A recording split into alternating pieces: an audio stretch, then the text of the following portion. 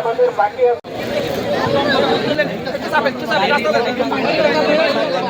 মেয়ের ছেলে এরা যাচ্ছে কিনা সব সময় এমন ভাবে শুনবা এই বয়সের জন্য। এই জন্য যারা যে 200 জন আজকে এসেছিল এবং উপস্থিত যারা আছেন, যারা সহযোগিতা করেছেন সিটি ক্লাব থেকে, তাদের প্রতি আন্তরিক ধন্যবাদ এবং দোয়া সকলের জন্য আমরা নিজের একটা করতালি দিই নাকি?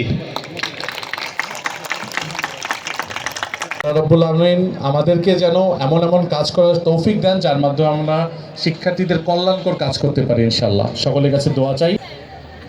এইটা নিয়ে বাবা মাকে বেশি পীড়া দিবে না। আমার মনে তুমি তাদের হাতে কবুল করো।